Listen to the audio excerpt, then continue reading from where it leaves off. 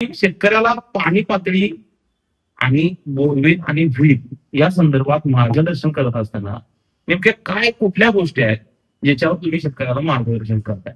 हा, पाणी असतं 50 फुटावर 60 फुटावर.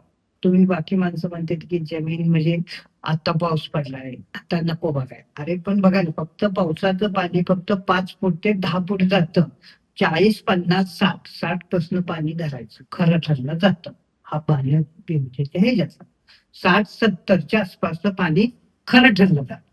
तेव्हा ही 40 लागलं तर पाणी जाई लागली, ही त्याला खरं पाणी ठरलं जात नाही. ह्या शेतीतला एक अनुभव आहे मला. का तर मी 3700 फूट आज जमिनीत पाण्याचं काम करत गेलेलं आहे.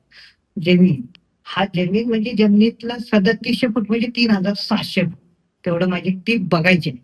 उलपट्या बावली ही माझी अपेक्षा तेवढी. फक्त 50, 60, 70 फुटापासून पाणी खरं ठरलं पाहिजे. त्याला म्हणायचं खरं पाणी लागतं.